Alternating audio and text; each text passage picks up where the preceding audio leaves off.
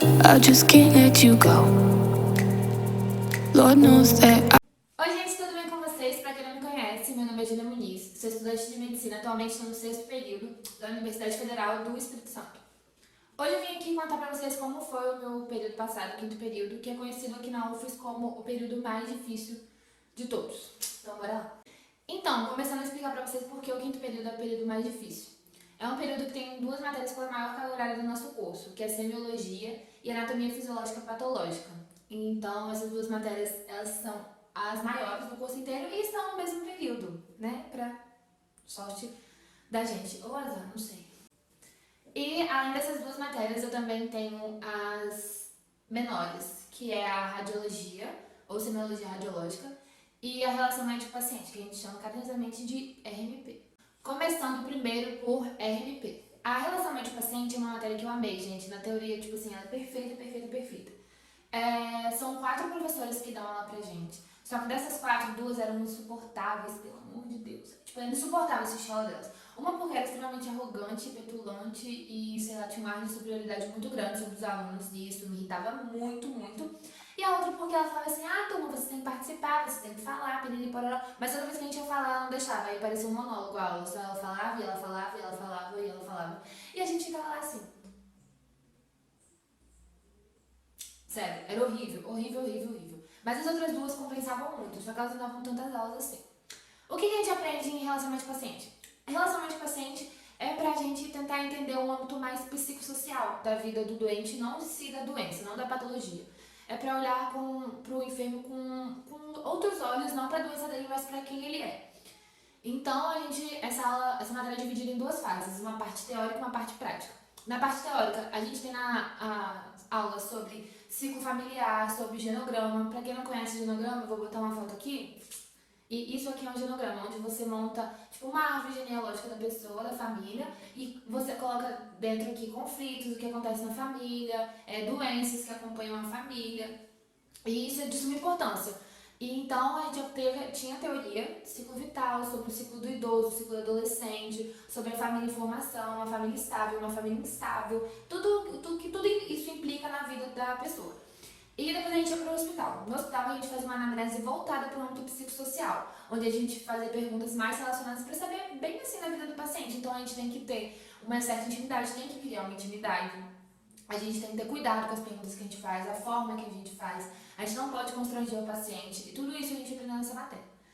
E pra que isso é importante? Porque tem algumas coisas que você precisa entender. Por exemplo, se a pessoa tem um câncer e é sozinha. Ela não tem uma rede de apoio, é brigada com o pai, brigada com a mãe, não é casada, não fala mais com os irmãos. Isso implica muito no como ela vai se sentir durante o tratamento de uma doença que é tão perigosa, entendeu? Que assusta bastante as pessoas. Então, isso é muito fundamental para o tratamento. E a gente, depois que fazia essa aula prática, a gente ia para a sala e discutia os nossos casos com os colegas, mas só com essas duas outras professoras, né? Porque as duas primeiras não deixavam a gente falar e a outra nunca nem levou a gente no hospital. Mas tudo bem. Mas tirando isso, eu gostei muito. O método de avaliação dessa matéria foi feito a partir de seminário. E aí o seminário era você pegar um caso e aí esse caso você falar sobre tudo. Tipo assim, tudo que você aprendeu na matéria, você apresentava no seminário olhando esse caso. E aí era com o grupo. E aí a gente foi super bem, graças a Deus. A segunda matéria é semiologia radiológica. A semiologia radiológica está dentro da semiologia geral, então ela não vem na sua grade horária como uma matéria a mais. Ela tá dentro da matéria.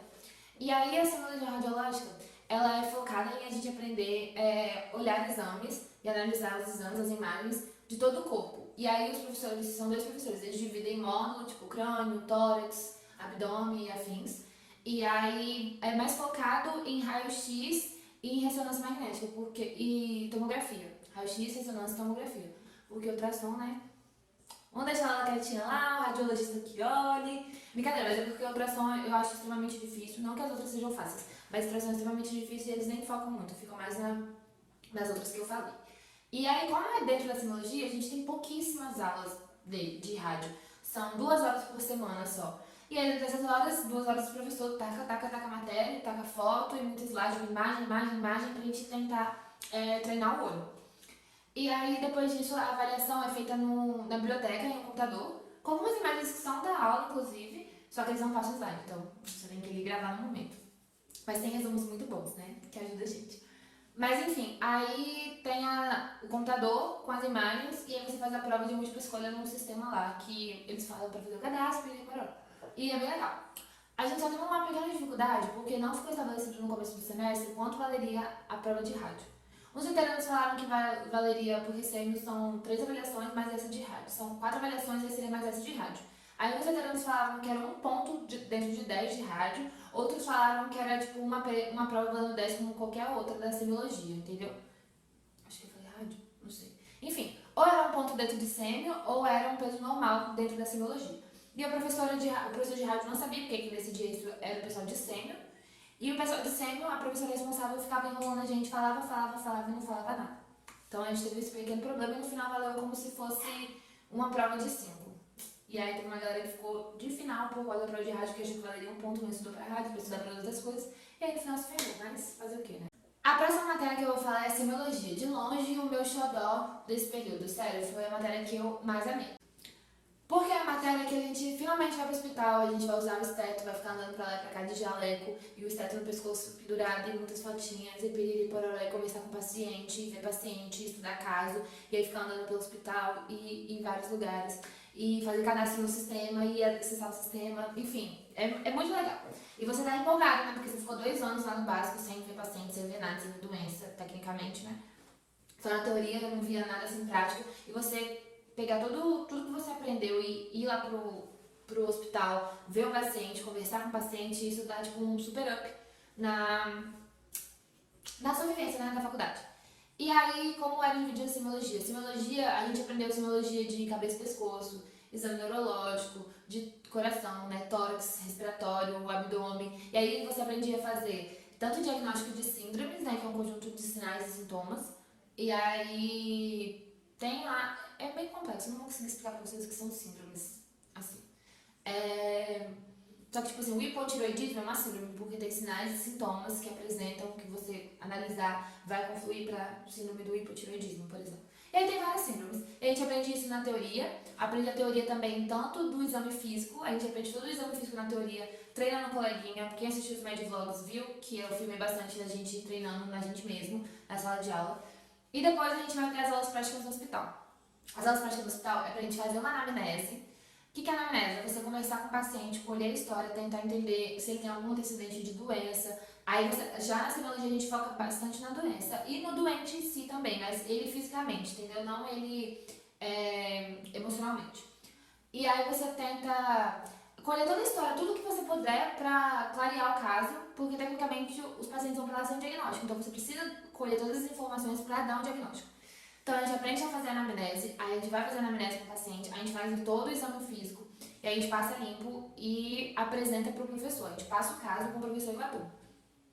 Parte da turma, a turma é dividida em 4, cada turma fica com 2 professores.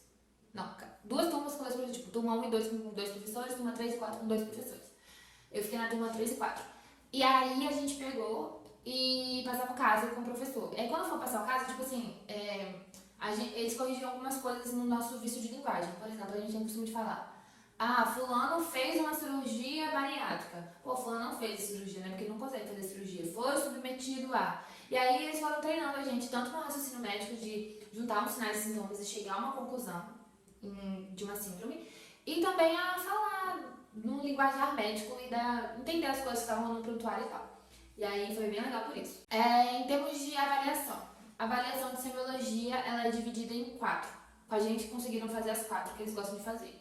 Uma é a teórica, que é a prova teórica normal, como qualquer outra matéria.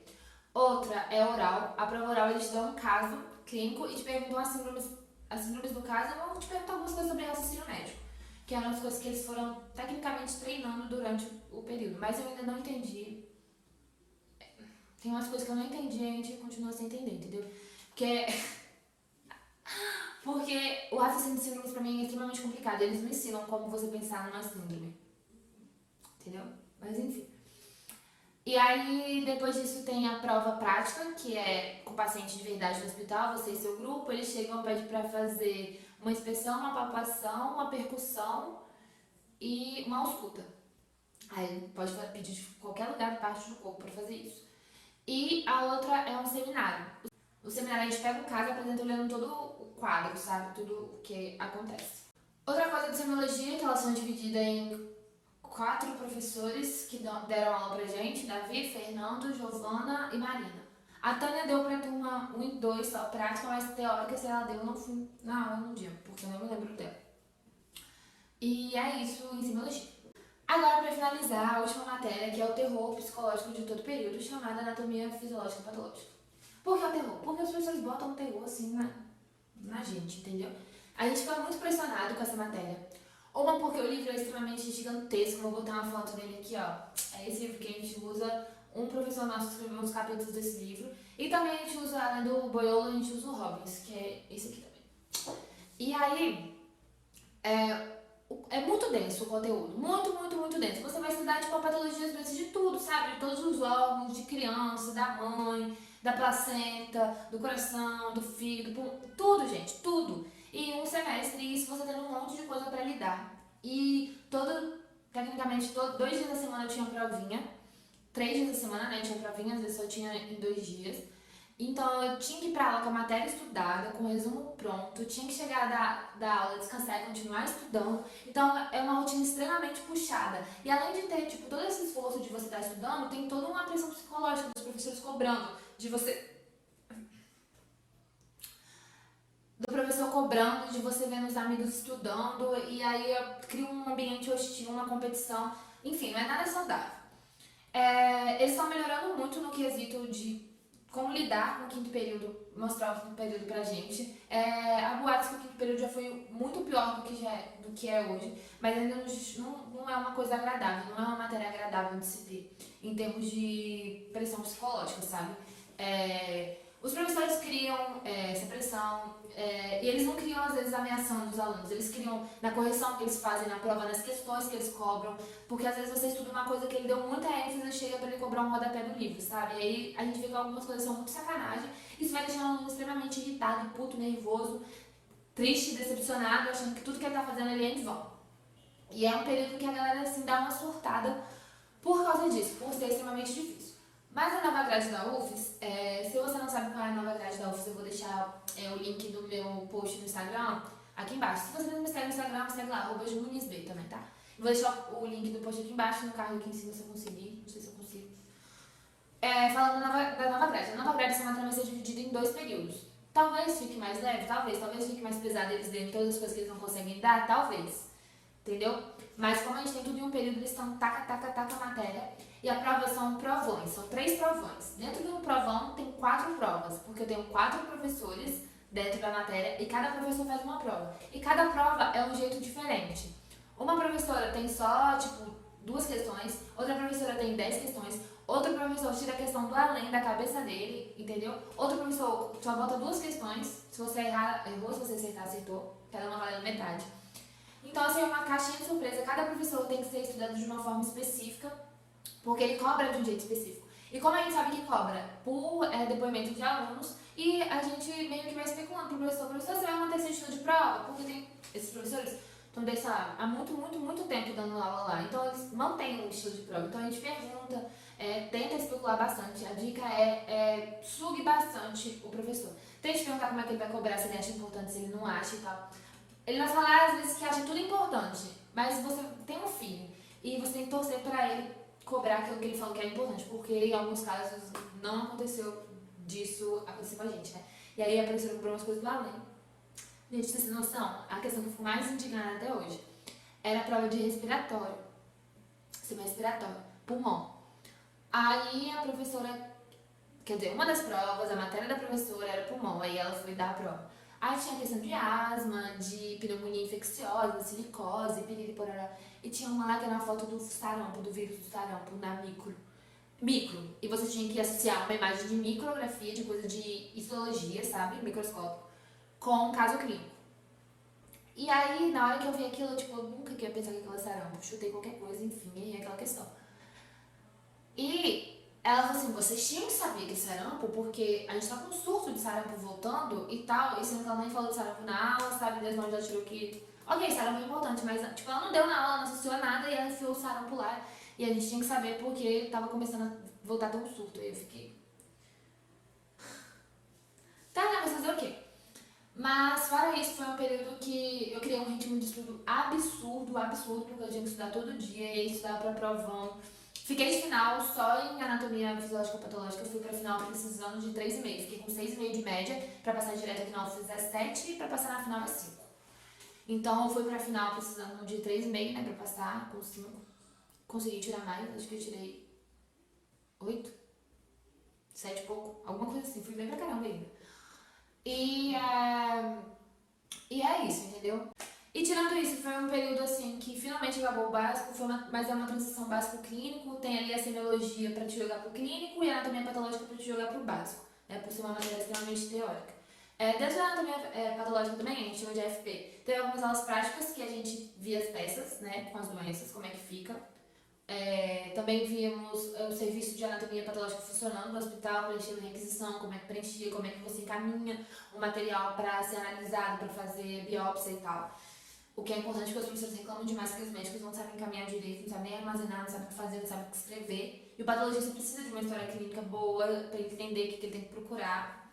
Então a gente via também um serviço tocando. E fora isso, assim, fora todo esse terror psicológico que o período trouxe, foi um período assim, de grande aprendizado. Eu tive um boom assim, de tudo que eu sei sobre medicina. Dá a sensação de que finalmente você está aprendendo medicina, tanto por ter semiologia quanto por ter patologia. E é isso, gente. Muito obrigada por ter assistido o vídeo até agora, tá? Para os futuros calouros que vão entrar já nesse SISU, esse vídeo não vai ser tão útil porque a grade mudou. Então eu não sei se eles vão manter a mesma coisa ou se vão mudar. Mas é isso, gente. Beijos e até a próxima.